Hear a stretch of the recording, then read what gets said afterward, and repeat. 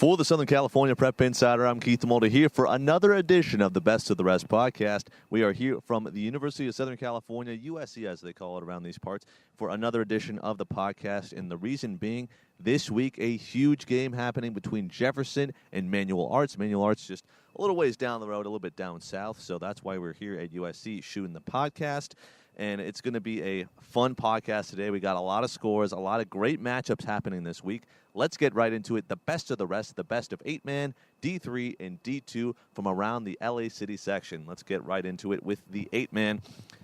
Huge wins for Southern section teams over City section teams. We also saw some big inner city section play happening, so let's get right to the scores. Milliken with a 40-16 win over Discovery. Desert Christian blanking Sun Valley. We knew last week that was going to be a tough game for Sun Valley to win, and they ended up losing 20-0. Chadwick and Animo Robinson had a huge tilt. That one ended in a 51-48 win for Chadwick over Animo Robinson. And the interesting thing about that game is that Animo Robinson obviously comes in very talented. Their coach, Coach Orange, is one of the best in the section. But Chadwick, 601 rushing yards on the game, 5 touchdowns. Chadwick scored 28 points in the second half after being down 42-23 at halftime. So that Chadwick team clearly being the better of the two in the second half after going down by 19 points to Animo Robinson. I'm not sure if there was any injuries in that game, but either way, Animo Robinson blowing a huge lead and losing by just 3 points to Chadwick.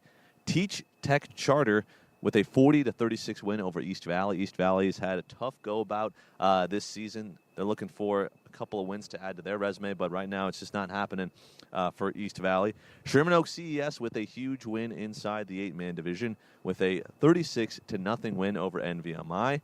Moving on to D3, and as I mentioned last week, there's a couple of D3, D2 crossovers.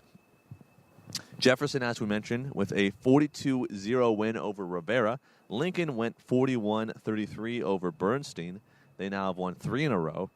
Fairfax absolutely smacking Sotomayor, 61-0. Maranatha with the 62-0 win over Maces. And then finally we see a shutout victory in favor of a city section team. Santee, 64-0 over West Adams. Then we go Hamilton, 28-15 over Pauley. Sylmar, 46-6 over Van Nuys. Manual Arts with a 47-0 win over Angelou. That's why this game between Jefferson and Manual Arts is so big, is because both teams are coming off huge 40-point blowout victories. And we'll see if it's Jefferson who gets the better of Manual Arts or whether Manual Arts takes that home field advantage. Either way, big game this Friday. We'll get to that in just a moment. Legacy, 35-24 over Huntington Park. And then Monroe with a 20-13 win over North Hollywood. A very tight game, huge game on the day, by the way, for Cameron Senegal, who went for 157 yards, 2 touchdowns rushing, and then 3 catches for 15 yards through the air. Monroe now 4-1 on the year, but here's an interesting thing about those Monroe Vikings. Of their 4 wins, they've won it by a combined 17 points, which is just above 4 points per game. So Monroe, they like to keep it close for some reason. They like to keep the fans on the edge of their seat. But this season, if they get past Arleta and Grant, they could run the table the rest of the way. Watch out for Monroe. Even if they keep it close, they still find a way in the end to win ball games. Moving on to D2, University, 53-13, an absolute blowout over Rancho Dominguez. Franklin, the team of the year from D2, 49-0 over Inglewood. Alfred Bobadilla continuing his dominance once again this week. 17 for 26 for 271 yards and 4 touchdowns through the air. 9 rushes for 58 yards and 3 touchdowns on the ground.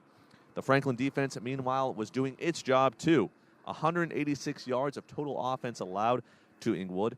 Hugo Escobedo with 2 sacks, and William Samayoa also with an interception and 2 fumble recoveries. So whether you want the offense, whether you want the defense, Franklin can do it on both sides of the ball. Grant, speak about 49-0 blowouts. Grant 49-0 over Arleta. Then St. Genevieve went 58-0 over Taft this year. Taft has not looked good for this team. 296 points allowed this year, and they have yet to score a single touchdown. Danny Rodriguez completed 14 of 15 passes for the Valiants, 205 yards and 3 touchdowns. Grant also, or actually, shall I say, St. Genevieve rushed for 277 yards and 6 touchdowns on just 19 carries. So right now this defense still looking to try and figure it out. They have a bye this week, so that'll give them some opportunity to really rework their defensive mindset. They play a very tough Cleveland team when they get back, so things not looking too good for Taft right now. Westchester, 58-38, huge victory for them over View Park. And then Reseda with a 40-13 win over Canoga Park. We'll talk about that in just a moment. We had, actually, I was at that game, and we have all the highlights for you online. We'll also have some on the podcast. We'll get to that in just a sec. Looking for some games to watch for. As I mentioned, Jefferson Manual Arts, a huge one. 2 teams coming off 40-point blowout wins. And then in the 8-man division, Hesperia Christian taking on Sherman Oaks CES. Sherman Oaks with a big win over NVMI, so we'll see if they can defeat the undefeated Hesperia Christian team. Animo Robinson taking on Kate. That one's all the way up in Santa Barbara, actually, so Animo Robinson going on the road, and they're going to play a very tough Southern Section 8-man squad. Jefferson and Manual Arts, as I mentioned, in D3, and then Santee and Rivera. Santee currently 4-1. Let's see if they can get another one. Legacy taking on Garfield in the battle of Southgate and East LA. New Designs Watts taking on Heritage Christian, a Heritage Christian team who, by the way, is 5-0 on the year and has beaten city section teams by a combined, get this, 166-35. So this year, Heritage Christian, they've really been a city section killer of sorts. In D2, Fairfax taking on Marshall. Chavez taking on Arleta. Roosevelt against Southgate. That one is a huge game to watch there in D2. Canoga Park, fresh off a unfortunate defeat, taking on Panorama. And then Van Nuys and Kennedy in a battle for the Valley. Now, just getting back to that game earlier, Reseda 40-13 over Canoga Park. Huge offensive plays from Reseda in the second half. Initially, it was actually a dead heat, scoreless going into halftime, and then it was a flurry of touchdowns. There was a rushing touchdown and then a kick six return for a touchdown from Canoga Park. But in the end, it was Reseda all over Canoga Park. There was a pick six to end the game as Canoga was driving. A lot of big hits in that game. There was some penalties. It was an amazing game, a battle of the unbeatens. But the Reseda Regions came out on the other side. After a huge 40-13 victory over Canoga Park, I talked with Reseda head coach Alonzo Areola and the quarterback for Reseda, Janelle Rhodes, about what his team did well, what Rhodes did well, but also a special accolade that only a few coaches have earned. Head coach Areola actually earned the LA Rams Head Coach of the Week for Los Angeles. So in the fight for LA, the Region's currently on the side of the Rams, and it was well-deserved, to say the least. Reseda right now is 5-0. Let's take a look at that interview from that game over Canoga Park.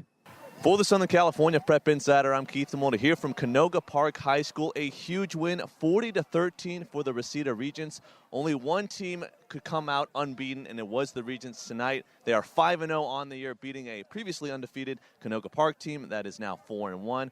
I'm here with head coach Areola, as well as Janelle Rhodes, the quarterback for Reseda. Firstly, I'm going to start with you, Coach. You won Coach of the Week honors from the LA Rams. How does that feel? It's amazing.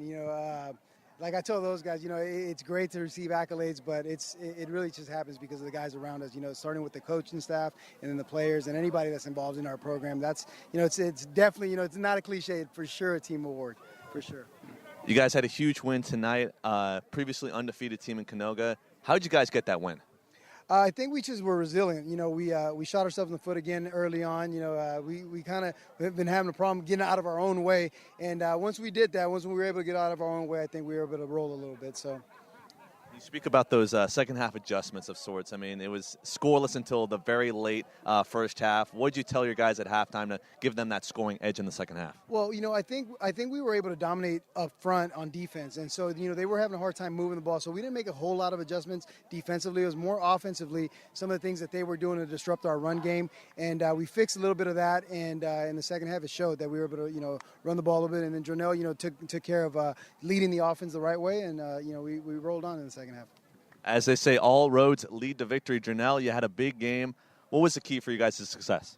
I just listened to my coach's playing call, and I executed perfectly for him, and that brought us out to a 40 to I don't even know the score, 40-13 victory. Yeah. Obviously, quarterbacks, they like to give a lot of credit to their offensive line. How are those big guys up front for you tonight? They did great tonight. They created a whole bunch of pockets for me. I messed up a couple times not stepping up and throwing it in the pocket, but the whole night they were just executing perfectly and staying on their blocks. Your coach mentioned that you guys made a lot of adjustments in the second half. What did you personally make to make sure that you guys got the win? I just told my receivers, let's go execute, and I told my linemen, keep doing what you guys are doing.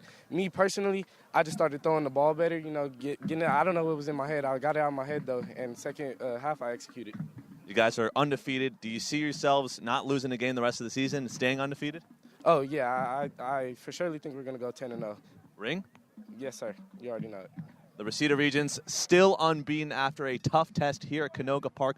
40-13 in the final. Thank you so much, Coach. Thank you so much, Jonell. For the Southern California Prep Insider, I'm Keith Mulder. Let's send it back to the podcast. So that's going to do it for us here at the Best of the Rest podcast. For all of us here at the Southern California Prep Insider, I'm Keith Mulder, saying thank you so much for watching. Make sure to check out all the highlights on YouTube. Make sure to check out the other podcast with Alex and Connor, where they break down all the stuff in Division I. But for D3, 8-man, and D2, keep it right here on the Best of the Rest. Take it easy. We'll see you next week.